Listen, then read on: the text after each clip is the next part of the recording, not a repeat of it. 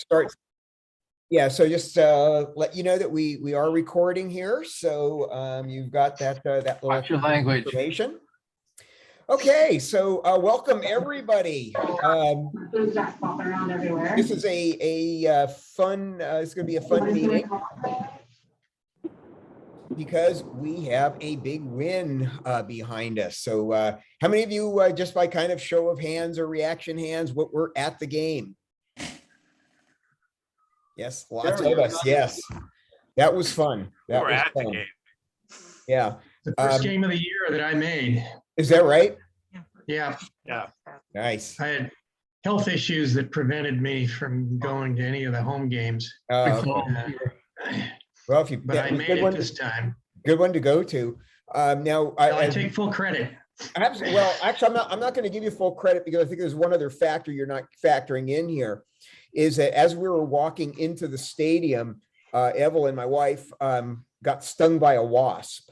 Oh, yeah, and so we had to make a little stop at the Stanford Stadium first aid station, and so I thought, well, maybe that was the good luck charm. So I suggested that maybe before every game we get her stung by a wasp. No. Bring your own. She's not on board with this for some reason. I don't know. What a surprise. Yeah. He needs to take one for the team. That's what I was thinking. That's what I'm thinking. But she's just not there with it. So anyways, but yeah, that was fun. But now we are on to UCLA. And that game will be on FS1 at 7:30 on Saturday. So looking forward to that. And there's also probably going to be some folks over at Clubhouse 56 watching as well. So that's another option if you're not actually heading down to the game. And then after that, since this is actually probably going to be our last meeting, I don't know that we, if there is a bowl game, I'll see if I can find a speaker, but if not, it's been tough so far. So I'm not planning on one. But also for Cal versus USC. So there won't be a meeting for that game because we already kind of had that meeting, a few weeks in advance of it. And that, as you all know, is at the prime time hour of 8 o'clock on December 4th. I know everybody's thrilled about that. And that also will be on FS1 and probably be watching it over at Clubhouse 56. Now, I put it in the notice. I'm going to reiterate today too, in case you didn't read today's notice. I got an email from one of the people on the mailing list that found, I guess when they were driving home from Palo Alto, saw a sign for a traffic advisory. And at 11 p.m. on December 4th, Interstate 80 is going to be shut down for construction between Red Top Road and 680. So that stretch, and there was going to be a deep detour going on to Lopez Road and all like that. So they are giving, they're saying that there is to anticipate delays of, I guess, 35 to 45 minutes. My thought is, my recommendation would be to, go on the, on the east side of campus and take 24 to 680 and go that way. My recommendation is change the starting time of the game. Yeah, that would be my recommendation as well. I just don't think that that's a strong possibility. But I am putting into chat right now a link. That's not the link I wanted. That's a different link. I'll have to find one. I think I put it into the email, so I'll see if I can dig that out before the end of the meeting. This other link is I'll put it. I'll talk about that in a second. But yes, but I'll try to find the link to Caltrans. To the website that has the latest information on the road closure. So if there are any changes in it, and also if there are, the other recommendation from my friend that works at Caltrans is to call 511 prior to see if there's any other updates. So anyways, that's the the traffic scoop that is that I know about. Let's see what else. So yeah, this is our last meeting, and I may have a one for the bowl game if we do get into a bowl game. There was an interesting article, and that is, oh great, thanks Matt. Thanks for putting that in there. So Matt just put in for me the link on the Caltrans website for information on that road closure. So I appreciate that. I got the wrong one. Hold on. Yeah. That looks like it. It's a really long link on there. Yeah. So anyways, and about a bowl game. So I read an article Jake Curtis had in SI.com today that was kind of interesting. It was saying that at 6-6, Cal could still not get into a bowl game. However, at 5-7, they still could. So there is just like this A lot of uncertainty. of scenarios where, you know, it's just kind of hard to figure, how that's all going to shake out. And I was going to try to review that and say, okay, here's the scenarios, but I was reading it and trying to figure out, what he was trying to simplify it. But as I was reading it, there were so many different possibilities. I was starting to get airsick.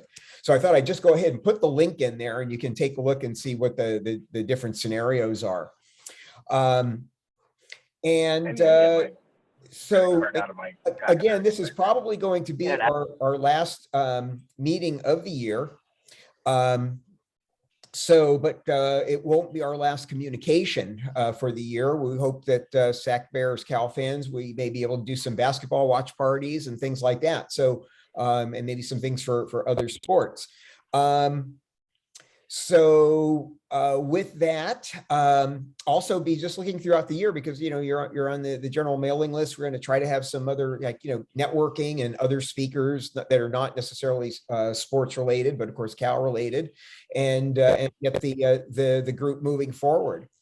So just be watching for emails on that. And the other thing is, Leslie. I just wanted to give an update. I don't want to interrupt you, but I just want to give an update. Since Sharman Smith spoke to us, Cal women's basketball is now 4-0. And Jada Curry, who's not related to Steph Curry, but plays like him, she's been named Pac-12 Freshman of the Week twice in a row. And the men's water polo team is the number 2 seed in the national championships. So Nice. Look forward to that. Very good. All right. Thank you. And the other thing too is that I am hoping that we are able to do an in-person Tiny Bates banquet this year. So, be looking out for all of those different things. And as for next year, for the group, it is, it will have kind of a different look. We're not sure what that will be, but we will, our plan is to continue to meet. Probably not every week, just because of scenarios, and we won't be meeting in person for a number of reasons we talked at an earlier meeting. But there will be information going out, and so looking forward to next year. And as I say, continue to forward on any notices that we send out to to people that may not be on our list that might like to be part of it. And again, just make sure that if they don't want to be on the list, to let you know not to forward them, not to unsubscribe, not to hit the unsubscribe, because that would unsubscribe you. All right. So again, for speakers tonight, if you have a question, put it in chat or use the reaction at the bottom of the screen. So you scroll to the bottom of the screen, go to reactions and raise hand, because I may not be able to see you. And if you're just with the hand, because I can't see everybody. And with that, Adam Brooks is back with us. So Adam, I'm going to turn things over to you for a few minutes and, give us the scoop on what's going on in the athletic department, which must have a much better morale than it did earlier in the season. Yeah, thanks, Gary. Thanks for inviting me back. I think That was fun on Saturday. Hope you all enjoyed that one.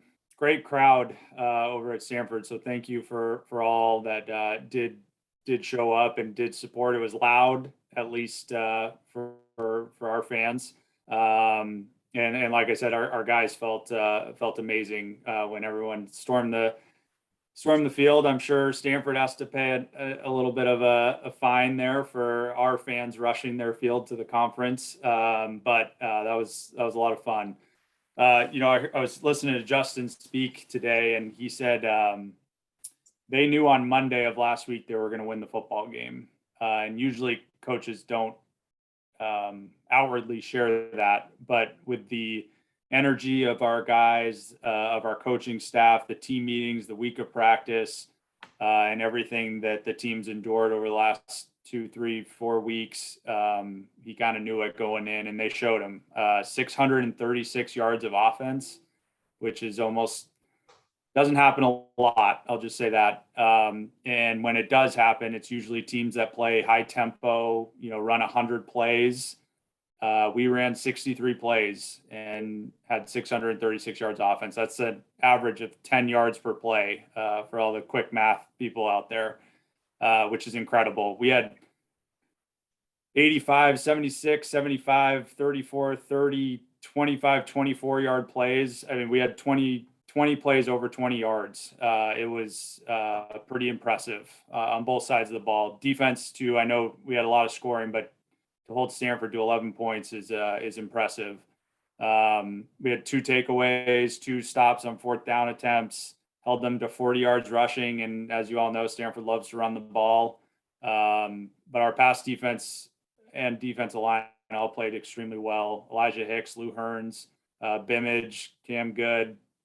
I mean, they all played lights out, and they're excited for get the axe back where it belongs, as we all know. So really excited for our guys, and we all know what's on the line, right? As Gary said, we hope we can go be 6-6 and make a bowl game. And if we do go 6-6, hopefully they will take us in a bowl.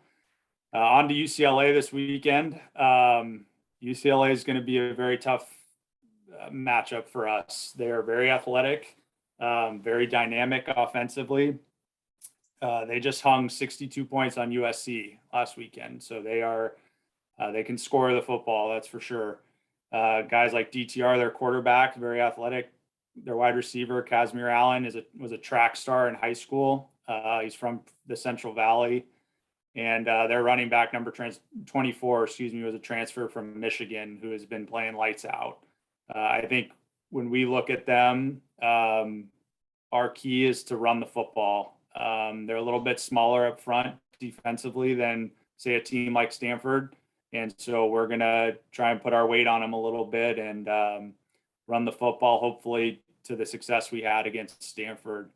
They are very aggressive on their defensive side of the ball. They will blitz us pretty much all night. They are built to hang with a team like USC back in the day, where they'll spread you out 4 wide, and they're very athletic at their corner position. And so if we can run the ball successfully and bring more guys in the box, that will help us with our play action game and try to beat them over the top. But running the ball and our offensive line playing well is the key to hanging with these guys and ultimately winning on Saturday. So thank you again to all of you that did show up for the game at Stanford. And two tough games coming up, and hopefully we can have some success against them.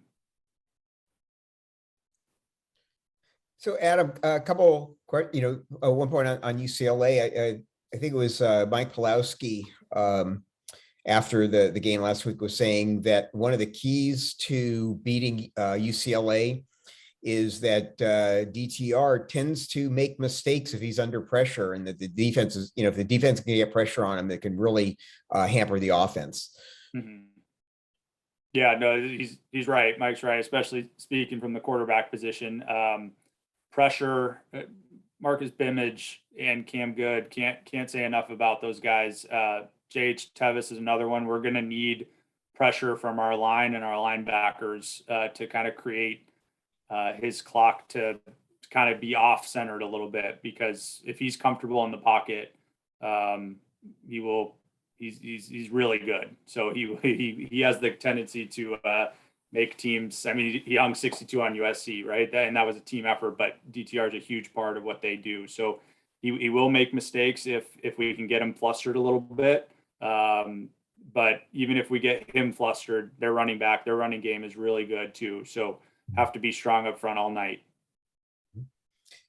And then I'm going to ask a big question here about rumors. Actually, I don't even know if they're rumors per se, or just kind of speculation from the media and the pundits and all.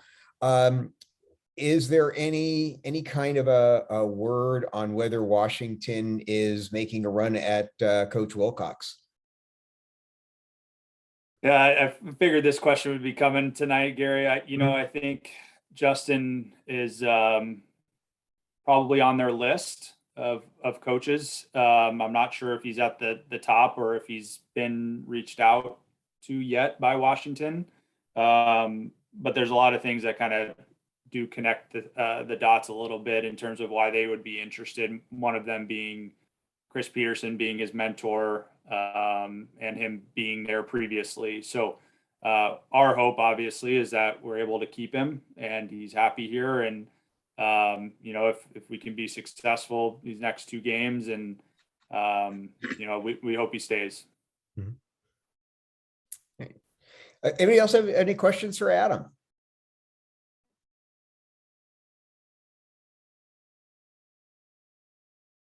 Okay, Adam, again, Easy night. Thanks, thank guys. you. Thanks for the report. Yeah, you got All it. right. Go Bears. Go Bears. Bears. All right, so with that, let's move on to our main event.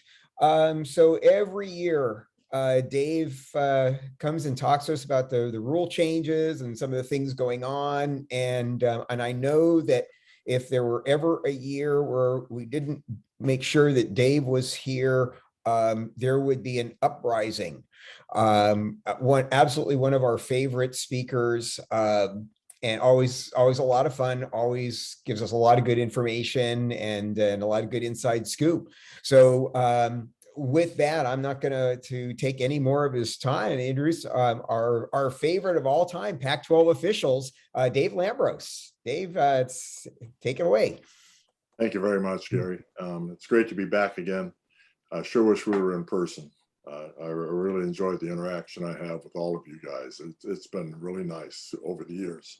I do want to take partial credit for your win this weekend, because the previous weekend I was at Oregon State.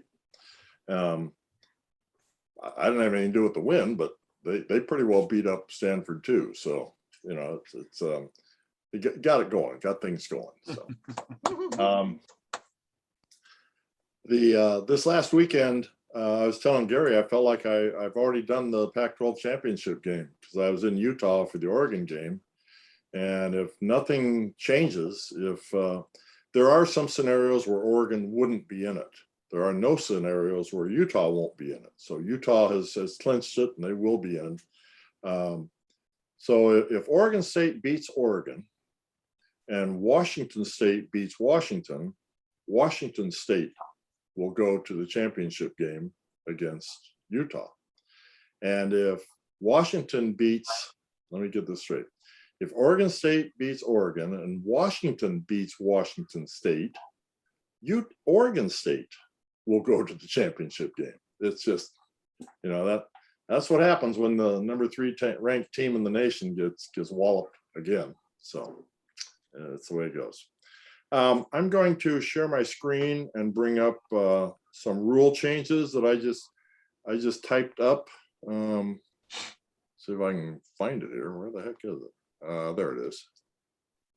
Share that. All right, can everybody see that? Yes. Okay. Basically, rule changes for 2021. In 2020, they expanded the team area on the field from the 15-yard line to the 15-yard line due to COVID worries and being able to spread people out. And they didn't want coaches having to run down to ask for timeout and that kind of stuff. So now that that's somewhat passed, the rule book the rule went back to 25 to the 25, but they decided that it would work pretty well to go 20 to 20. So instead of having 50 yards to put all their players, they now have 60 yards. So that's the way that is. And if anybody has any questions in this format, please unmute and just ask, okay? Because I really can't see everybody, and I'm looking at the same screen you are. So the second one is feigning injuries, and this is a funny rule change because it doesn't change anything really. You know what we're talking about? We're talking about the guy that the coach yells, fall down, fall down. So the kid falls down and grabs his ankle or whatever. And we as officials are not medically trained, nor are we authorized to. We stop the clock and let the people come out and tend to this injury. The opposing team, of course, is going nuts because they know the kid's not injured because he was just running and stopped and then just fell down and grabbed his ankle or whatever. But the only thing they could come up with is that a school, and they're talking about the school, not the school that's the offended school, the school whose kid did the so-called fake injury or whatever, may ask the national coordinator of football officials, who is Steve Shaw, to review any questionable game action. And after review, Shaw will communicate his findings to the director of athletics at that institution for further action. What that action is not indicated whatsoever. So it's something, it's not much, but it really doesn't play well, especially on a nationally televised game when a kid does that, because everybody knows what he's doing, and it just doesn't play well. Anybody, any comments or questions on that? No. All right. A couple rule changes in overtime. You've probably heard about them. If there's a second period of overtime, and when I say a period, we treat it like an inning, top of the inning and bottom of the inning. Okay, so that would be one period. The second period, we start off, if a touchdown is scored, the team must go for a 2-point conversion. Now, they can kick the ball if they want. It'll just count for 0. Doesn't matter if it goes through the uprights or not. So they have to go for 2. And then the third period of overtime and all the rest of the overtimes, each team will get one play from the 3-yard line to try a 2-point conversion. That's it. Can't remember the schools, but there was a 20 to 18 game. It went 9 overtimes this year. So, I mean, at least they're quicker this way. I mean, they might still be going on, but they're a lot quicker this way. And then that's all the rule changes. This is an odd numbered year, and they're not supposed to be any rule changes except for player safety. Well, I don't know. I mean, I guess these are all player safety. And you can always find a way to make it look like player safety. So that's pretty much what they've done. Let's see. I'd forgotten about that. Oh, Illinois, yeah. Change on the 2-point conversion after the second overtime. And when I first heard that 20 to 18 score after 9 overtimes, I couldn't figure out how the heck they could be that. Yeah, that sounds like that's a lot of no scoring. Yes. It sounds like, but no, that's why they finally came up with that. So yeah. Editorial changes. There's been several in replay. Used to be if we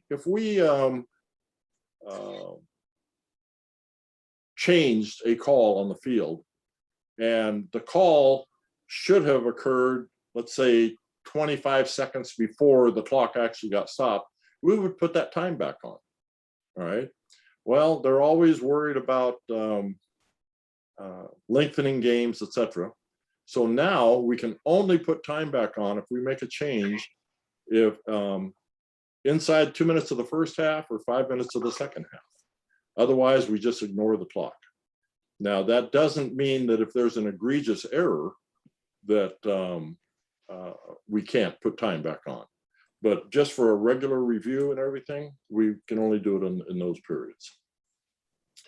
Clock adjustment at the end of a quarter, remove the requirement the next play be from a snap from scrimmage. So here's the situation. It's 5 seconds to go in the second quarter, and Cal's lined up for a field goal. kicks a field goal, it goes through the uprights and hits the ground or the net, and there's really 1 second on the clock, but the clock runs out. For all previous years, we can't do anything because the next play would, if we put time back on, the next play would not be a snap from scrimmage. Now they've removed that requirement. Now we will put 1 second back on, and Cal would now kick off to their opponent, and be it what may, you know. So that's that will not shorten games. Say that much. And then there was a thing that if a potential fumble goes into a pile of players and replay can't determine which team recovered, and this is for a determination of a recovery and the immediate continuing action. Okay, that's the thing we always have to look at. In the past, whatever the call on the field was would have to stand. So if we have a call on the field of an incomplete pass, and we can see that it's definitely a fumble, but it went into a pile of players and we can't tell on video who recovered it. In the past, we would have to let the incomplete pass call stand, which really kind of looked ludicrous at times, but that's the way it is. Now, if an on-field official digs and finds that, okay, Cal's in possession of the ball, all right, we can use that ruling to change the incomplete pass to a fumble and give it to the team who recovered it. Okay, so seems like a pretty good change. And then a couple silly little ones. The powers to be, basically coaches, they're the ones that write the rules. Got tired of seeing players running around with long t-shirts hanging out of the back of their jerseys. Plus the fact that running backs were being tackled by said t-shirts, and they didn't like that. So now they can't extend it below the waistline. If you've got a t-shirt that's longer than your waistline, it's got to be tucked in or you can be sent out of the game. No official likes to enforce these. We've never liked to be the clothing police, but that's what we are. And it's just the way it goes. And the last thing is, always ever since I've done college football, each team was required to bring 6 balls to the officials' locker room to be tested. And they could always bring more in case of inclement weather. I remember one game at Oregon where it was pouring rain. Each team brought in 24 balls. It took quite a while to test them all, but we did. But now they've increased the minimum to 10. I don't know the reason for that. We weren't told why, but that's kind of the way it is. So any questions on those? Are the balls new or they can be used? There are rarely ever new. All teams bring us used balls. Sometimes for bowl games, the bowl provider will bring us balls that are relatively new. And if they are new, we try to rub them down a little bit with a wet towel just to get them a little nub on them. Otherwise, they're too slick for the quarterbacks to hang on to. Any others? All right. I have a question about. Dave, can you explain the NCAA definition of taunting? I've seen examples where a player will simply look at another player and get a flag, yet a choreographed dance over a fallen quarterback seems to go unpenalized. Okay, it's pretty clear. First of all, looking at another player is not a foul. You're if you have just made a great play on someone and you're standing over them, looking down at them, yeah, you're going to get called, okay? Because now that is a taunt. But just if the guy's walking by and just gives them a dirty look and keeps going, sorry, that's not enough. If you've seen it, I mean, my guess is there was a little bit more to it than that, but I don't know. Anything that can be determined to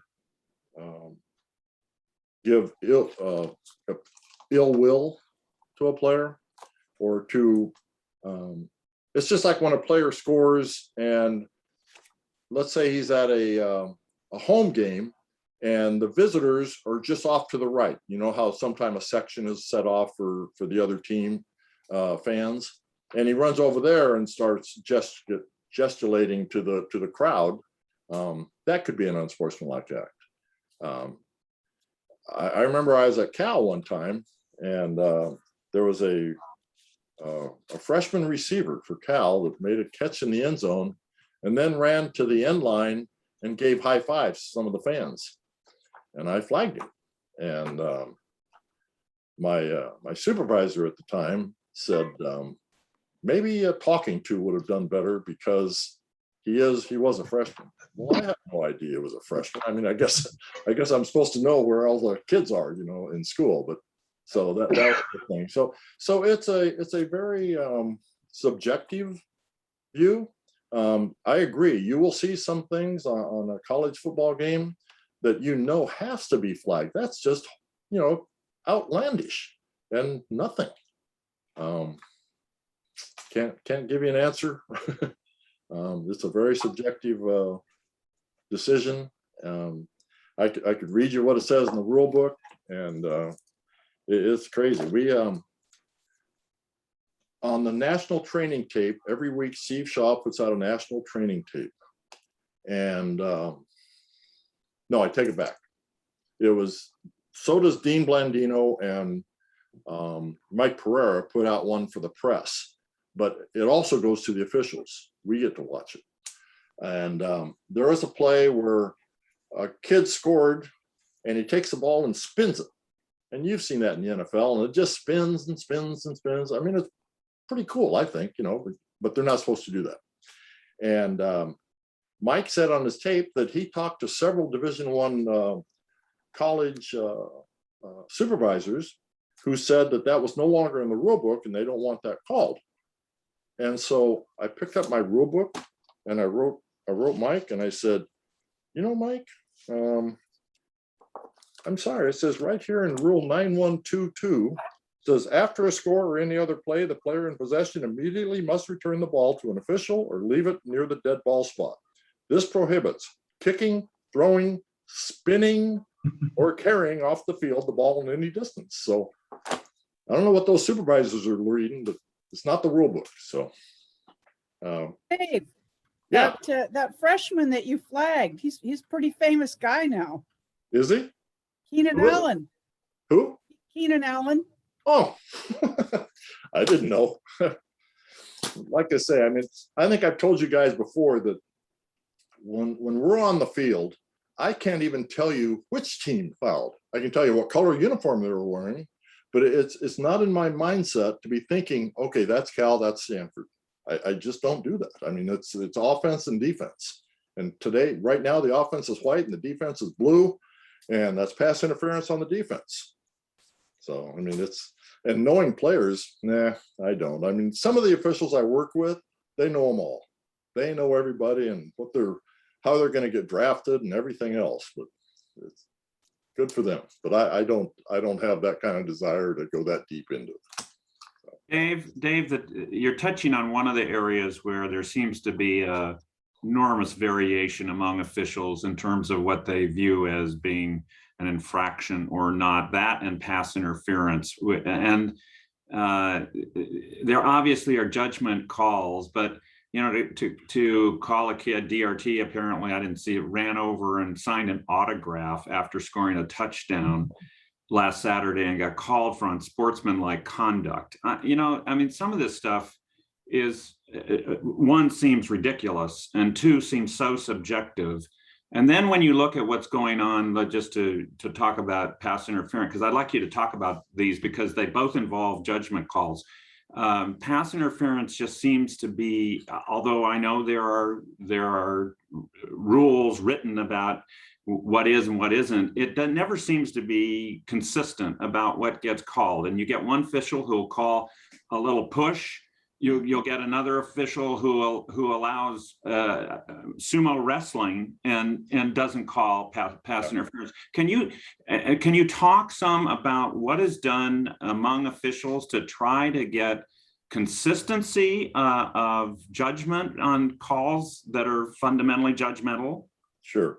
The biggest thing that we try to get officials to look at, and I know this is all the supervisors tell them, is have they gained an advantage by their action? That is the key thing. And if they feel that the player attained, an absolute, plus to where now they're doing either worse or better for the offense or defense, then they want that call. But when I was on the field, when I first went into college football, all the hand fighting you have now, there was no way we would have allowed that. That was a foul then. Okay, and they wanted that call because that wasn't football. You see guys pin another guy's hand down, the defender puts his arm over the guy's hand, that's a foul. He's now become a one-armed receiver. Very difficult, but unfortunately, there's some guys out there that can make one-handed catches, so it's kind of cool. I'm kind of with you, Roger. I mean, I'm watching games, I'm going, I see a foul for PI. In fact, games that I'm working up in the booth and I see it and I'm going, oh, they're not going to like that one. Because you can tell. I mean, it's just, it doesn't come to the level that they want, the supervisors want pass interference called. But it's a, I don't know how to put it. It's a very subjective thing, like you said. We're given guidance. We have all these different types of DPI. There's arm bar, there's cutting the runner off, there's not playing the ball in contact, there's on and on and on, all these different forms. And every DPI call that's made has to fit into one of those 8 categories. There's 8 categories of DPI, and the official has to put it in one of those categories. I have seen reports where the supervisor has said, it doesn't fit in that category, try another. Is there something done in the way of training to show officials, all right, this is what constitutes pass interference, and so that all officials are seeing the same thing and getting the same direction, not taking a rule book and interpreting a rule? When you say all officials within a conference, absolutely. The supervisor, the national coordinator of officials, Steve Shaw, puts out training tapes, but he normally doesn't go into great detail on any one certain thing. That's up to each individual conference. So everybody that works either on the line of scrimmage, those 2 guys or the 3 deep guys, so that's 5 of the 8 officials, receive training from their supervisors. And it's all the same thing on what to call and what not to call based on their position and what's going on. And, I mean, I got it too when I was working and I was deep, and a couple times I know that guy grabbed him. And then I see a film of it and I'm going, what the hell did I leave? What did I see? I know he grabbed him. Where is it? Why is it gone now? And when I'm looking at it on film. So mistakes are made, and I can guarantee you that anyway, as far as I know, none of them are intentionally made to be a mistake. It's just heat of the game and going and what you think you see, and that's the best you can do out there. And can you go back to the I don't know if you saw it, as I said, I didn't, but running, the quarterback scores, he runs over to the edge where a kid's holding out a hat or a paper or something, and he signs the autograph and gets called for unsportsmanlike conduct. Can you discuss?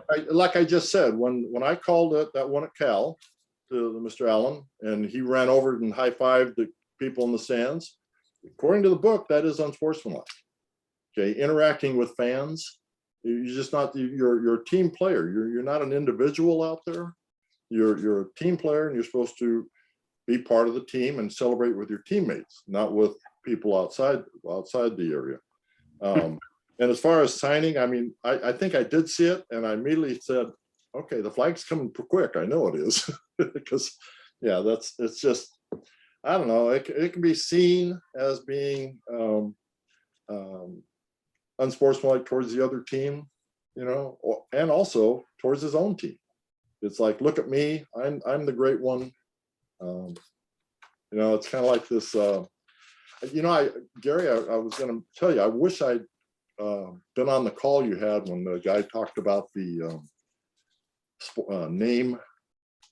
naming rights and all that thing. Right. Yeah. Jay Larson. Right. Yeah. Because I can see that causing a lot of problems on a team, so it's just. Well, Dave, that meeting is on YouTube. So on the Cal Sac Bears Cal fans Okay. Channel. Mhm. I'd like to see exactly how it's going to happen. I'm sorry to get off the thing. Yeah, I'll send you the link. Mhm. The unsportsmanlike acts are a lot.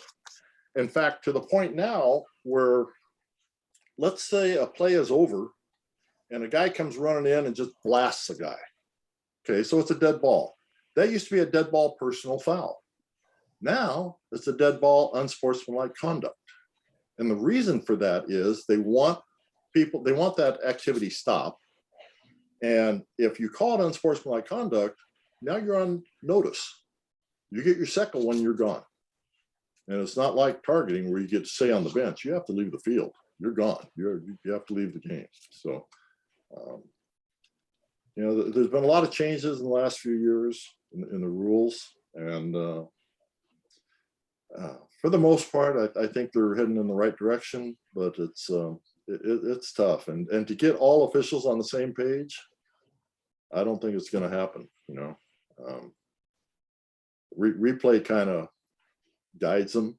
The interesting thing about targeting I haven't seen the targeting video for this last week. It just came out today for the Pac-12, but the 2 previous weeks, we had a total of 6 targeting calls made on the field, and all 6 of them were overturned by replay.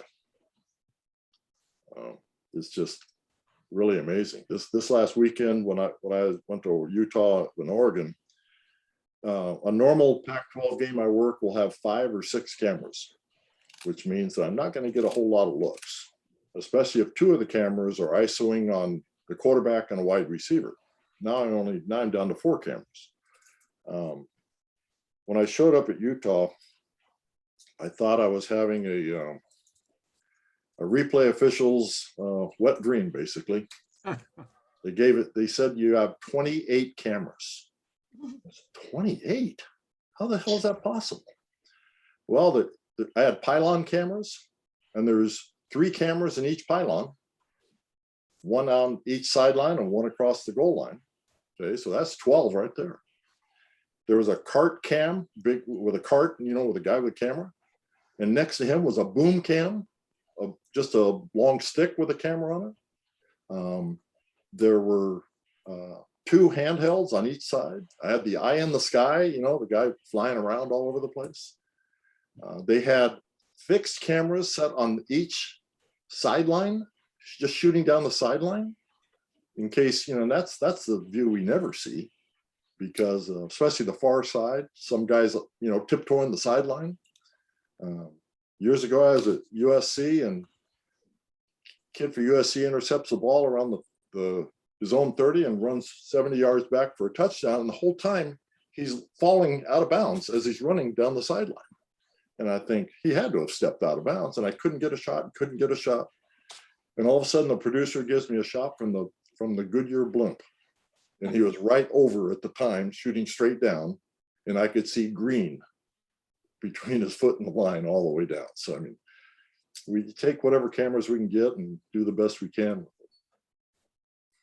Hey, Dave, speaking of targeting, please refresh my memory as to what are the consequences and the penalty once you've been ejected? What is what now? What's the penalty for targeting once the player has been ejected? Nothing that I'm aware of. Does he have to sit out a certain amount of time? Yes. Oh, yeah. He has to. Okay, so if it's in the first half, he's gone for the rest of that game. If it's in the second half, he's gone for the rest of that game and the first half of the following game. Okay. So, like, we get notices from the league office what players will not be eligible to play in the first half of the game that we've got coming up. So it's just one of those things. Yeah, which reminds me, I mean, it has nothing to do with that, but there was another rule change this year that was kind of funny. I mean, none of the coaches knew about it. Yet, of course, like I say, the coaches write all the rules.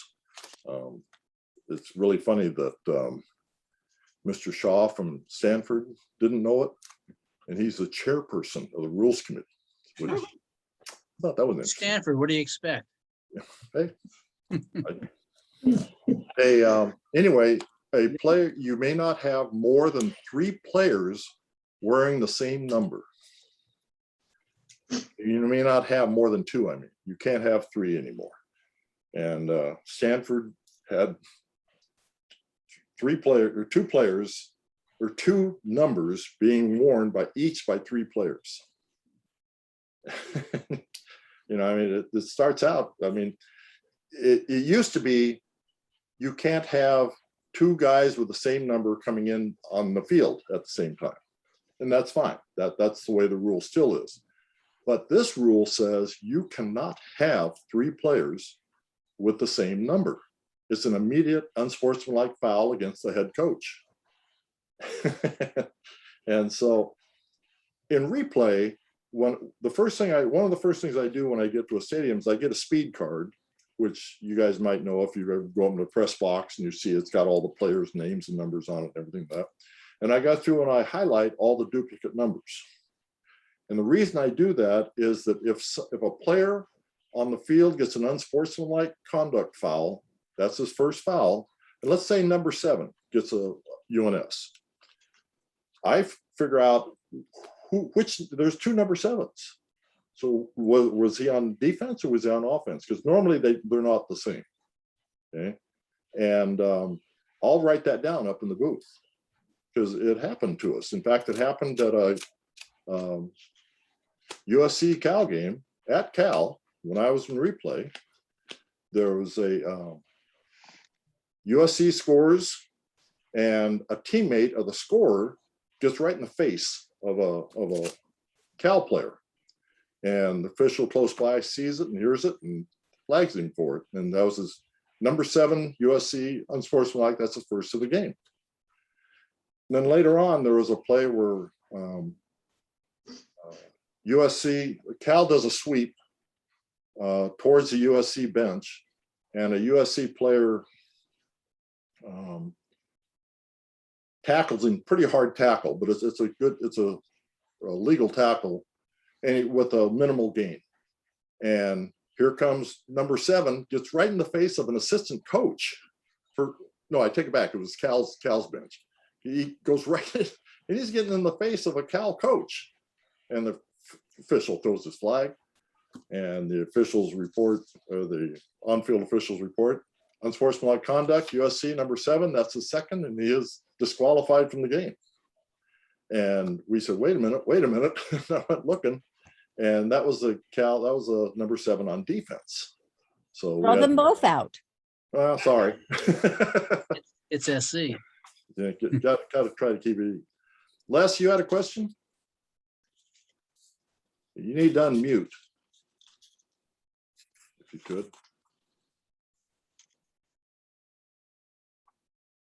There you go. Now, can you hear me? Yeah. Yeah. Okay. Several years ago, Dave, I asked you a question about, I was at a USC Cal game, and I was looking through my binoculars, and the SC pass was definitely caught on a short bounce. The radio announcer for USC said, oh, he caught it on a bounce. And one referee that was right there, he signaled no good. And then the officials huddled, and they came out with touchdown for SC. And your answer was, when they huddled, this was pre-replay, so majority rules. You told me majority rules. Well, I guess now that with replay, you must be in favor, because that was a clear thing that could have been overturned by replay. So aren't you in favor of replay? Me? Yeah. Well, I am now. It's my living. I mean, I enjoy the hell out of it. When replay first came to being, no, I didn't like it at all. I mean, I'd been a football official for several years, and I couldn't understand why coaches could make mistakes and players could make mistakes. But, oh no, officials, if they make a mistake, it costs the game. And I've never understood that. I still don't, but I do understand replay, and I do like it. The idea that majority rules on the field, that's got to be a pretty weak official. Okay, if he lets other people. Now, if you come in with new information that I didn't have, okay, if I'm an official on the field and I've ruled it incomplete, and you come in and say, no, wait, he firmly had that ball and I saw him get a toe down, you know, and it's not so much a majority, but if a second guy comes in and says he saw the same thing, well, like I said, your eyes play tricks on you sometimes. And one of the things that a newer official has to learn, and it sounds funny, but the name of the game is football. So when you're looking at a pass at the sideline, you look at the ball second. You got to see if that foot's down, inbounds first. Now let's see, is he got firm control of the ball? And I mean, that's the way you officiate on the field. Up in replay, I don't have to do that because I can look at both, you know, and I can freeze it and everything. So, one thing I didn't mention, this year, DV Sports, who's the one that does all our replay equipment and everything, has gone to the pinnacle, I would say, of TV, of what they can show us and everything at one time. So it's very easy for us to look at, like I said, if I have a game that has 5 or 6 cameras, in the past, we could look at four cameras. We could look at what the line feed was showing everybody at home, and then maybe the high end zone, the low end zone, and maybe if there's a cart cam, maybe the cart. And now this last game, I was able to watch 12 cameras. And it's not that you can see 12 cameras, but I'm looking at a screen like this and I've got 12 shots on here. And if I see something on the field that I want to go to, I can reverse that, and they are all absolutely synced within 1/100th of a second. All right. And I can reverse it to where the action that I want to see, and I can see, okay, this camera has it, that camera has it, and that camera has it. I can put those 3 cameras together and just look at those 3 shots. And because quite often we'll need to have a shot that this shot shows that his knee is down, but we can't see the ball. This shot shows where the ball is, but we can't see the knee. We can put them together, and like I say, they are time synced. So if we can see the ball and the knee, we can come. Very rarely are we going to have a situation where we just don't know. But I mean, it still happens if we don't have a lot of cameras. But in that game, we had a bunch. So well, who determines how many cameras are there? I mean, if one TV. place have that, pardon? TV. Okay. It's all up to TV. We have no say whatsoever. We can't even ask them where to put the cameras. You know, we can't even. Since I've been in replay, I have written every year to the athletic directors of the schools to put fixed cameras on the goal line somewhere in the stands. Just a fixed small camera up in the stand somewhere that just goes down the goal line. Because that's where, you know, all our big calls are at. They're always at the goal line. And nothing. One year, Oregon State put them in. They had them in for one game. They tried and they gave the feed to TV, and TV used it, and it was great. But somebody decided, nope, we're not going to do it. So, you know, Hey, Dave. The money. yeah. Hey, Dave, when you're in the booth looking at replays, is there any kind of a time limit or an encouraged time limit for you to come up with a decision? In fact, that's something they've come up with this year. They've actually put it in the book that we have to make a decision within 2 minutes unless the game is on the line. So if it's that last second, I mean, you guys remember Cal Washington this year. I know you don't want to, but I was there, and that you guys had 1st and goal at the 3, and the kid fumbles it, and Washington comes away with the ball on the bottom half of the first inning of overtime. And I didn't even wait. I immediately stopped the game, just immediately. And we looked and looked and looked and looked. And like I said, we had 6 cameras. I never could see the guy lose the ball, but I know he didn't make it into the end zone with the ball. And then I see a Washington kid picking up the ball in the field of play. So there wasn't much else we could do. So. What about the Marcel Dancy touchdown in the Oregon State, Cal? Marcel Dancy was on about the 3-yard line and was doing a sweep around the right end, and he was tackled, but he didn't. In my view, he didn't ever go all the way down. He went down on his right side, put his hand down to keep his knee from touching. The replay, in my view, was inconclusive as to whether his calf hit the ground, because he was laid out, and he pushed himself back up and ended up running into the end zone. The initial call was a touchdown. It went to replay, and they played it multiple times on television. And my understanding was that if the video replay is not incontrovertible, in other words, it's not obvious that maybe he touched it, maybe he didn't. In that case, the rule goes to the ruling on the field, which was touchdown. But they overrode it. So the only thing I can guess is that somebody thought that the video was sufficient. And the one thing I do have to caution you is that I can guarantee you people at home are not seeing every camera. Right. All right. And I might have a camera that the TV producer, for whatever reason, just doesn't show that. Yeah. And I'm not saying that's what happened. I haven't seen that play. If we had more time, I could call it up right now. That TV sports thing we got, every college football game in the nation, I can call up and I can look at every play. Right. And it wasn't play official sees. The play was not going to change the outcome of the game. As a matter of fact, it would have added to Cal's lead with a minute to go. It would have been an extra touchdown, and of course, it would have given him another touchdown in his stats. Yeah. But anyway, I was curious about that one. It was the TV announcers were kind of baffled by it as well. So.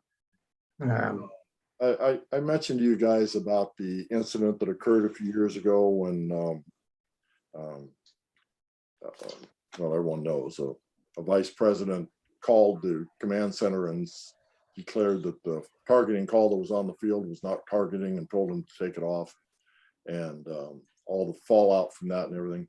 One of the fallouts from that is that now we can no longer see the grades from anybody else's game. I have no idea what anybody else, if their call was correct or incorrect or whatever. It's just, they're keeping us in the dark, and because they're scared of something like that coming out again, I guess. So just the way it is. Larry, on that one touchdown from Marcel Dancy, what I didn't realize until I was listening to the post-game show from Big Game is actually that not only would have added to his touchdown stats, it would have made his touchdown stats at Cal 1. The 2 touchdowns this week were his first touchdowns that he scored at Cal. I was shocked to hear that. Yeah. Well, to me, the fact that it was not clear cut should have taken it back to the ruling on the field, but that's just that was what I saw, not what the official must have seen. It's just like quite often I'll look at on a play like that, I'll look at a high end zone shot because they focus in really tight and I can see the knee hit, but the TV focuses on the shots from the side, which a lot of times are blurred by players, officials, and other things to where you really can't see everything. Well, on this particular play, the the shot was clear and clean, and there was nobody blocking the view of the camera. You could, I mean, they could home in.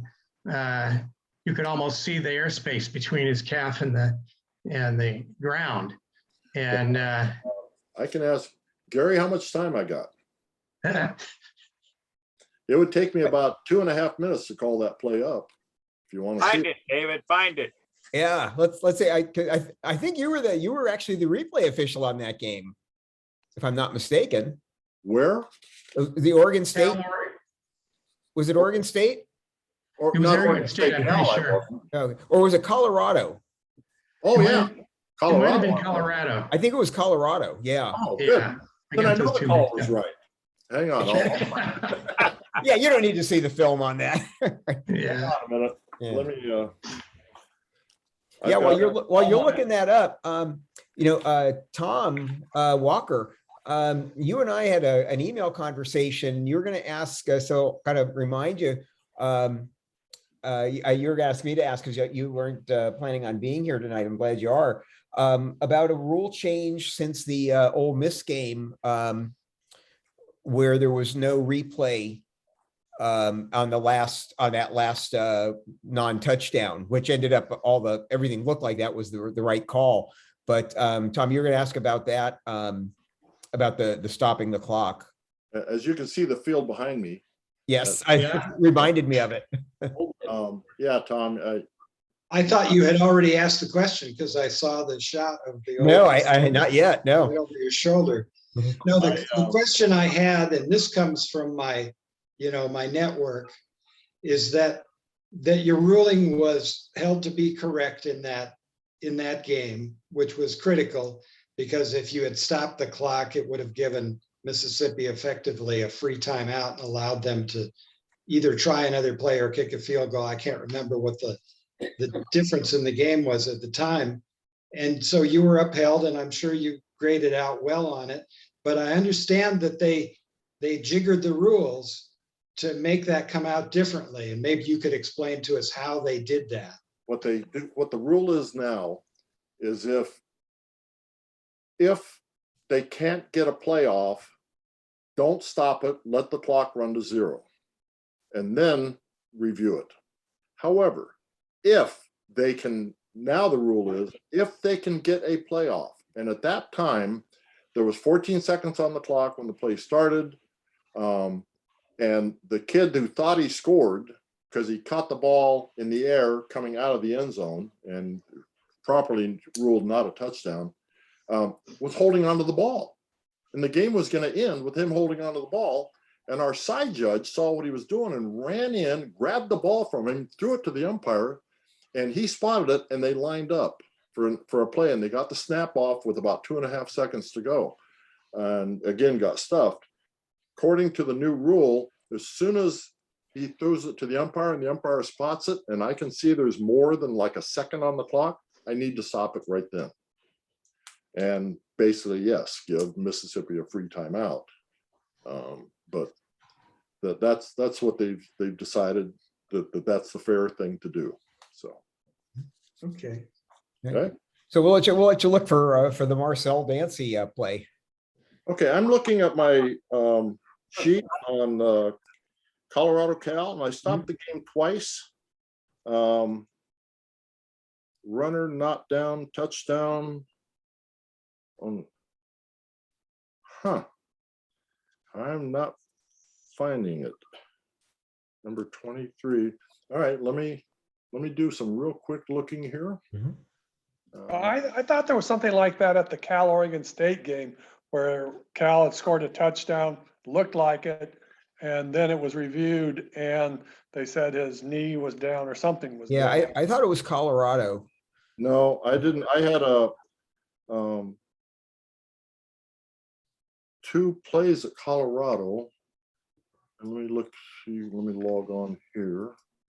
Well, And Gary, maybe we neither were just one of them involved a touchdown at the Cal game. So I don't know what's going on. Huh. Let me look, find games.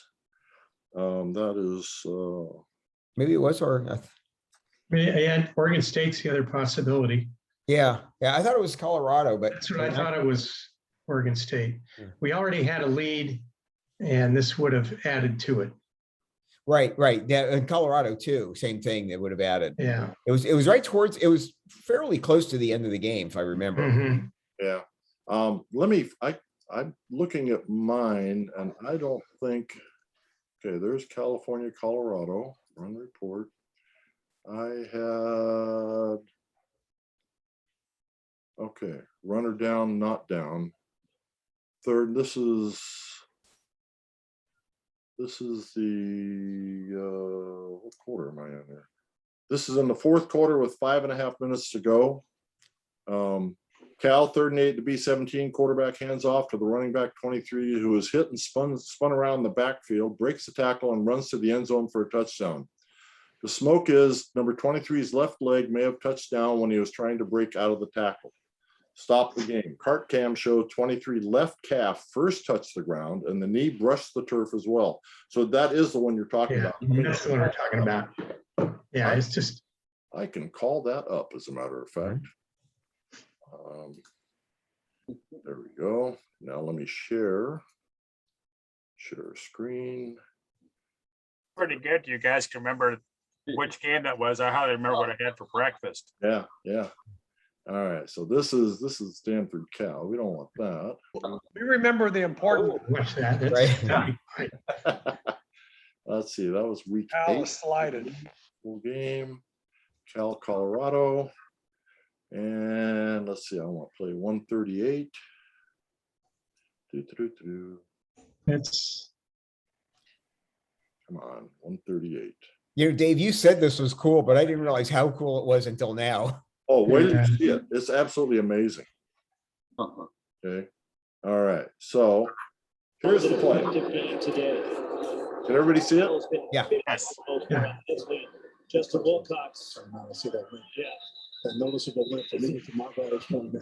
Struggles for. Turn the sound off. Don't need that. Oh, come on. Oh, I remember this. There we are. No, this isn't the play. That's not it. Yeah. No. No, is that it? No, that's not it. No, that's not the one. Okay, but this is the one I had, so it can't be Colorado because this is the one where I was in argument with several officials about this because they didn't think the guy's knee was down either. But I was able to. Maybe that was it. It might have been. I thought it was more towards the sideline, but yeah. Watch. He spins around. Yeah. Okay. Whoa, what happened? Stupid computers. Why did it do that? I don't know how to get out of that. Who knows computers and tell me how to Hit escape. Escape. Okay. Patty, can you help him? There we go. Yeah, I can, but I'm not going to. Because I ruled him down. I understand. All right. So right here, see the knee, see the calf. Yeah. The calf is down. That I have no problem with that one, but there was another play. Okay, so it was another one. No, I think it was this one because if he scored on this one, as I say, Marcel didn't have a touchdown until the Stanford game. Right. So that was it. And They took it back. this must have been Oregon State because this one was he didn't spin around. Yeah, that's the play. That's the play. He was hit. Was what 2 weeks ago? 2 or 3 weeks Played ago. Oregon State. That was. Be able to tell as soon as we. Arizona? 3 weeks. Oregon State. There we go. No, it was the week Oh, before. that's Colorado. It was what? It had to be the week before because this is Arizona. Arizona. Yeah, so it'd be the Must week. have been week 9.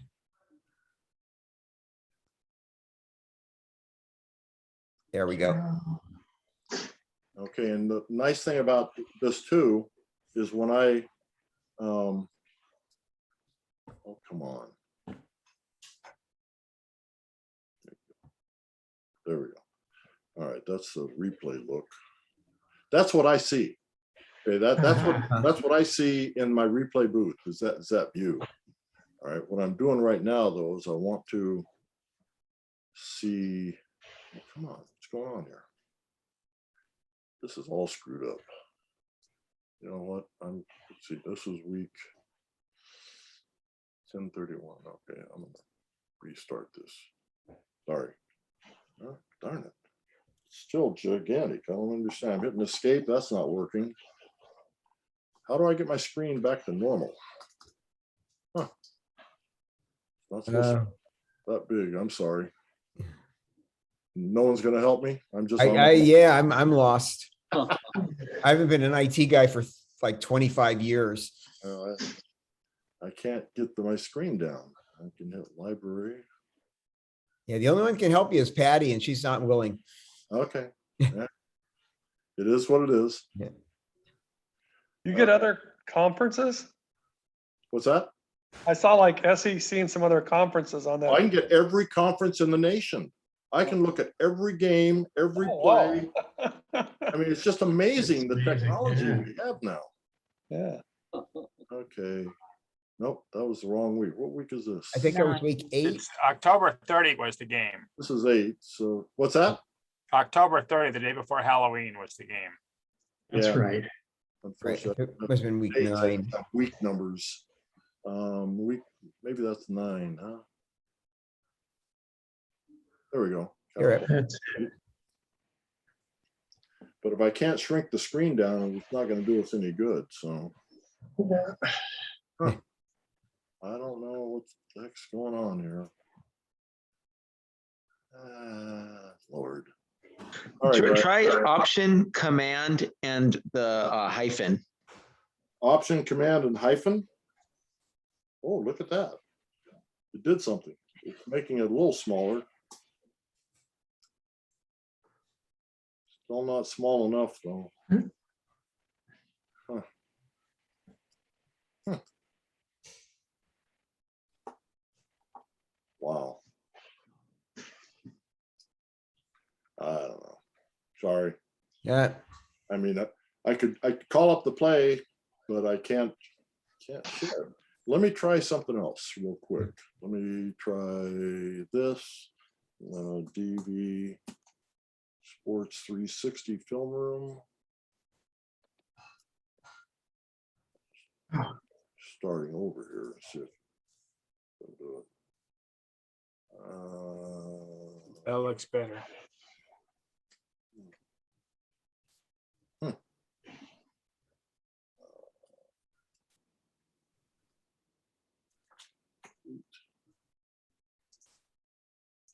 There we go.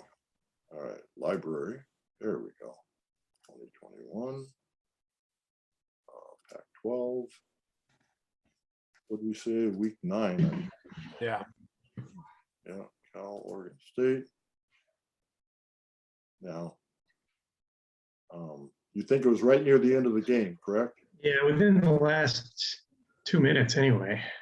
Okay, let's look now, because I can look over here and look at reviews. Game stopped by booth, scoring. Okay, so that's play number 162, it looks like. Let's click on that. Does this look any better? They're on their 43-yard line. Well, it's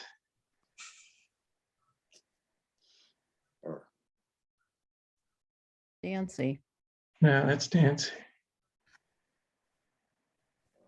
So what I want to see is right here. See, now I slow it down. Yeah. His knee's down there. Yeah. Oh, well, That wasn't the play that I was talking about, though. Let me go over here and show you something. This is what the replay official was seeing. Yeah. And then he's going to, when it gets to what he wants to look at, he's going to look at several different things. And see, they're already looking. Here we go. And I'm not slowing it down. He is. All right. Yeah, and that's not Dancy. Is that? I'd say that knee's down myself. Oh, he is, but again, this is a different play than that I was talking about. I remember it as the Colorado play. Yeah. That one, yeah. I thought you were talking about. Yeah, I got more It probably comment on was. that one than any of them, but that one I was able to prove it. So It's tough. And you guys want to make pass interference just like that. Yeah, on the Can't field. remember what play it is. Yeah. Yeah, I know. This is the replay official doing all this. He's going back and forth, trying different cameras. Whoops, the sound guy gets in the way. Isn't that Damian Moore? Yeah, it's Damian Moore, right? 28, yeah. Yeah. So that's what I look at. Yeah. Every play we look at possible, anything that's reviewable in any play at any time. So it's fun. I enjoy doing it. That's pretty cool. Yeah, It's fascinating. The To technology. see how you guys can see what you see. Mhm. It's The more. technology we have now is just absolutely incredible. Like Yeah. I can drag a couple screens together and watch them side by side as it goes through the whole process. So Well, that was really great. I appreciate being able to see that. sure. Dave, being a nonpartisan official, do you have to clear with somebody to even appear on a Cal Zoom session? Funny you should ask. Mhm. The rules before have always been, I could always speak. I call the supervisor of officials and I say, okay, they've asked me to speak again and here's the date, blah, blah, blah. The rule was always, I can't have a Cal game after I speak here. Wow. I will not tell you where I'm working this weekend. I can't tell you that. However, it'll probably be warm and one team will be wearing baby blue. I can't tell you where I'm working. All right. So you don't know.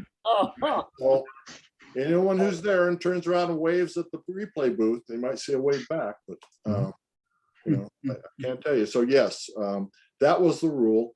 I do have to get clearance from the league, from the conference to speak. At first, the man who's in charge of us now, David Coleman, was very reluctant. But then I explained to him everything that we do. And I said, the main thing that I do is I don't pull any punches. If we were wrong, I will say we were wrong, but I won't name names and I won't, I won't throw anybody under the bus. And he said, okay. So, and I don't think I have done that. I mean, if I threw anybody under the bus, it's been me, I know. More than fair, Dave. Thanks, Patty. And thank you for admitting that you made a mistake on that Dancy call. It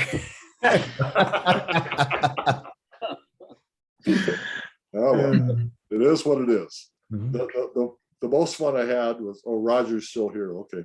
The most fun I had was that time when I was explaining the Texas game with Roger. I've got a lot of good laughs out of that one. So, any other questions? I'm curious if you've got any just fun stories to share that have happened recently. Yeah, there's a bunch. I mean, things just go crazy. One thing that's just, it wasn't funny, but it was just weird. For some reason this year, and I think it's due to COVID, every Pac-12 crew has an alternate with them now. So instead of a 10-person crew, 8 officials on the field, 2 in the booth, we're now an 11-person crew.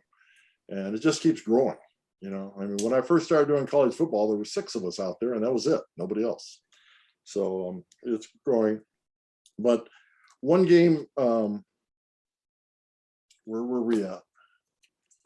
I think it might have been the Washington game. I'm not sure. Washington Cal. Anyway, our alternate official normally works line judge, so he has a big L on the back of his shirt. And in the first quarter, all of a sudden, I mean, unbeknownst, you couldn't see anything going on and never did see anything. We got 2 L's on the far sideline working. One on the line and one deep. What the hell? What happened to our field judge?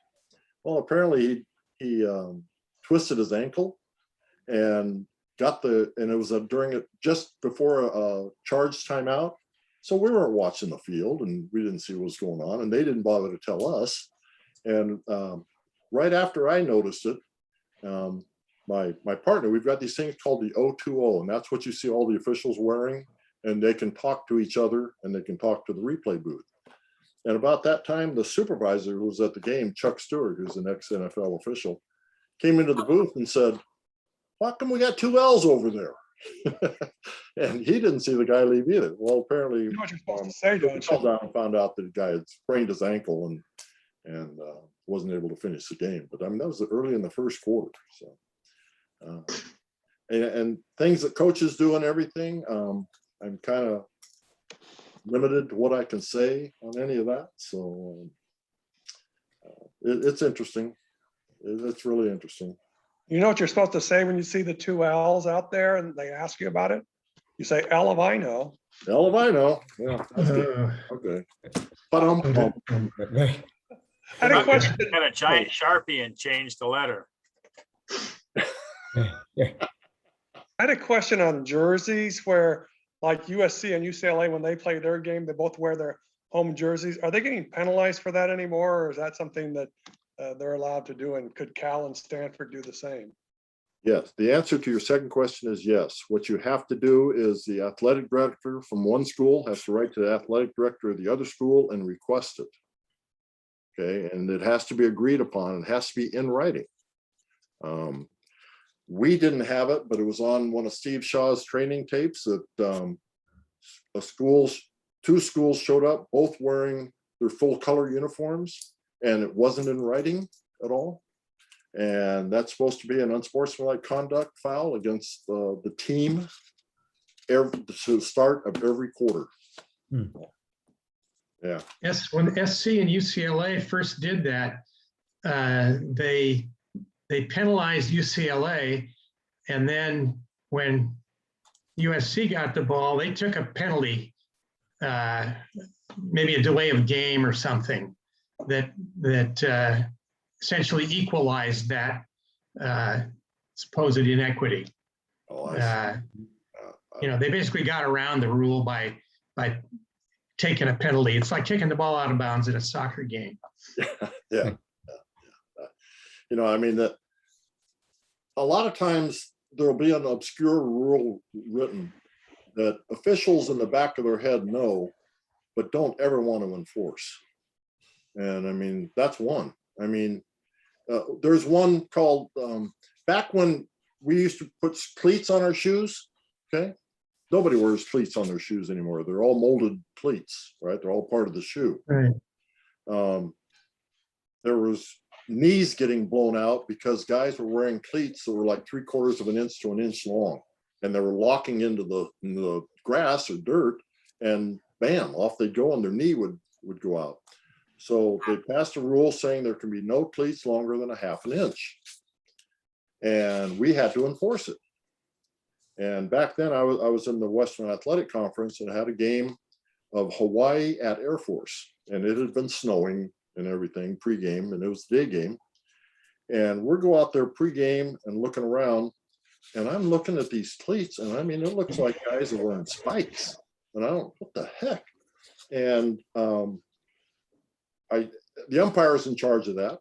He has to check equipment, and back then they would give you a plastic card and it had a little divot, and it was 1/2 inch depth, and you'd hold it up against the cleat, and if it's longer than that, you can't wear them. Now, there's no rule against having anything pregame like that. And so I saw one guy, and then I saw another and another, and so I called the umpire. I said, "Look, those 3 guys, well, come to find out, they were all for Hawaii, and they got in early. They got in on Wednesday, and on Thursday the snow came. So that Thursday, the equipment manager decided, hey, I'll get them some better cleats." And so he goes to a local soccer store and bought, I mean, how many cleats? How many different little cleats? What, 12 or 14 on a shoe? And they had to get enough for every player on the team, and he did. And every player on the team was playing with 3/4 inch cleats. And the penalty at the time was you're ejected for that game and the next game. Jeez. Wow. That's how they make what we call a death penalty rule.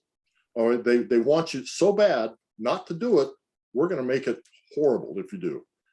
So we told them everyone's got to change. Well, luckily they didn't throw out their other cleats. And when we go out there to start the game, it looked like there was a little pile of coal at the end of each bench over by Hawaii, because they had these drills and they just spun all the cleats off and put the new ones back on, you know. So it's just weird. What else we got? Anything? You guys are a very, very mild group tonight. Yeah. What's been your favorite encounter with a coach? Probably Ncaa, who was the assistant to Lavelle Edwards at BYU. And we had BYU at Tulsa. And for those of you who don't know, Tulsa is a very small school, maybe 5,000 students. And they've always played Division I as long as I can remember. And BYU was an absolute powerhouse that year and came in like 6-0 or something like that. And at the end of the first half, the score was 28-3, Tulsa. Okay. And as you can imagine, the BYU sideline was not very happy. They received 7 unsportsmanlike fouls in the first half. I mean, I had never seen it before. The kids were frustrated and it was showing. Yeah, it was ugly. And late in the second quarter, Ncaa, who I grew to respect a lot, he went on and coached at Hawaii and several other places, called me over there and said, "Dave, you guys are cheating. I know you're cheating and you got to stop it." And he just was going on and on and on. And I just said, "Norm, that's it. Enough. Just leave it be." And as I'm walking away, he's yelling some more. So I walked over to Lavelle Edwards, who was their head coach. Very nice man, very quiet. And I said, "Coach, I'm having a hard time concentrating because your assistant coach down here is yelling at me so loud, I can't really see what's going on. I can't hear what's going on." And he goes down there and he yells at Norm and he says, "Nobody tells these officials how bad they are except me." And it was kind of his way of saying, you know, that we were screwed up, but he's not going to say it directly to me. So, and then at halftime, I'm running off the field and I hear footsteps behind me and I'm a little worried. I don't know what's going on. And I turn around and it's Norm Chow, and he comes up and apologizes and shakes my hand and everything. But, you know, it's Hey, Dave, do you have a bowl game assignment yet? And whether or not you can tell us which one it is? Just out of curiosity, are they handing those out yet? Well, no, they won't even start doing that till after all the championship games are done and the USC Cal game is done. Okay, that all has to be done. And right now, I was telling Gary earlier that my crew is going crazy on texts right now, because either tonight or tomorrow, the Pac-12 championship game assignments are supposed to be coming out. And we have had a remarkably good year as a crew. There's been very few downgrades. The guys have just done a really wonderful job. So we're all hoping, we'll see. But no, so we don't even know yet what bowl games we have. It's always a crapshoot, which I never understood, because when I was in the Mountain West and the WAC, we found out in June what bowl games that conference would have. And they always tell us in the pack, "Oh no, we don't know. We don't know." Well, I'm sorry. That's anyway.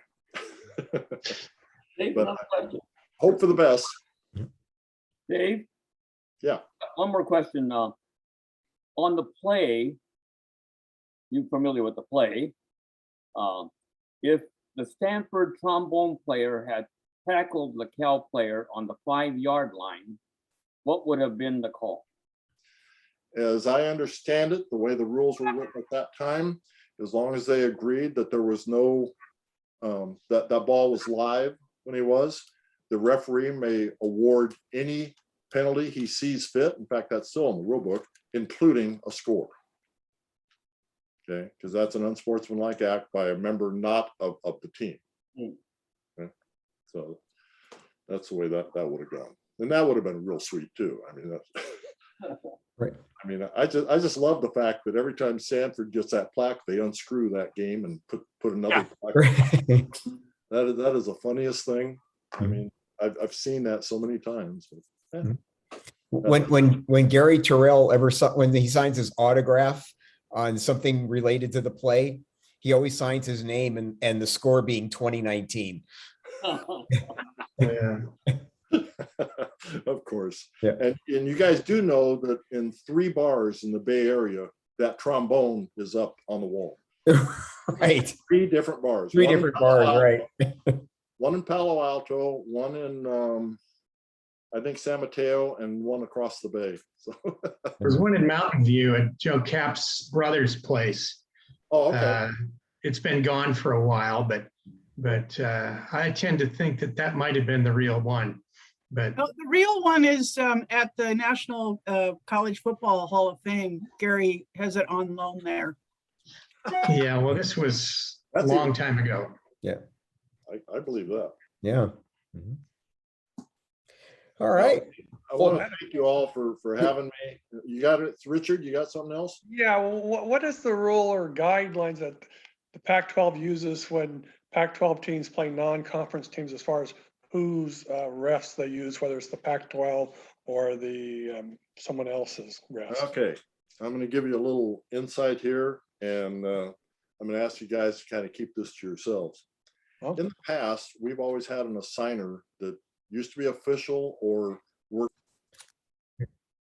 So we're back live, but with that, Dave, thanks so much.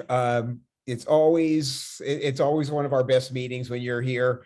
Again, our big regret is we can't go out to dinner afterwards when we're virtual. But thanks again for being here, and I know everybody loves having you. Yes, we do. Great to You're see here. you. Yeah. Thanks. Bears, thank you Good very luck the much. rest of the way, man. All right. Well, Yes. all right. Well, with that, it's going to we'll close out the meeting for tonight. So I want to just a couple of thanks for everybody that has attended the meetings this year. They've worked out really well virtually with all of our guests and all those attended. Also want to thank everybody that that made a contribution this year as well. Very much appreciated. And keep an eye out again, for emails. We're going to, try to have more and more activities just in general for SAC Bears, not necessarily, athletically related, but just normal alumni chapter types of events. And keep an eye peeled also. Hopefully we will be able to do the Tiny Bates banquet this year live and in person. So with that, I want to thank everybody, and we will see you, next year. But also, keep an eye out for what the plans are. So with that, let's go out and make sure we take care of UCLA and take care of USC, and hopefully get into a bowl game. And with that, I'll say go Bears and good night, everybody. Go Thank you, Bears. Gary. And happy Thanksgiving. Okay, happy Thanksgiving. Yes, absolutely. Everybody stay safe.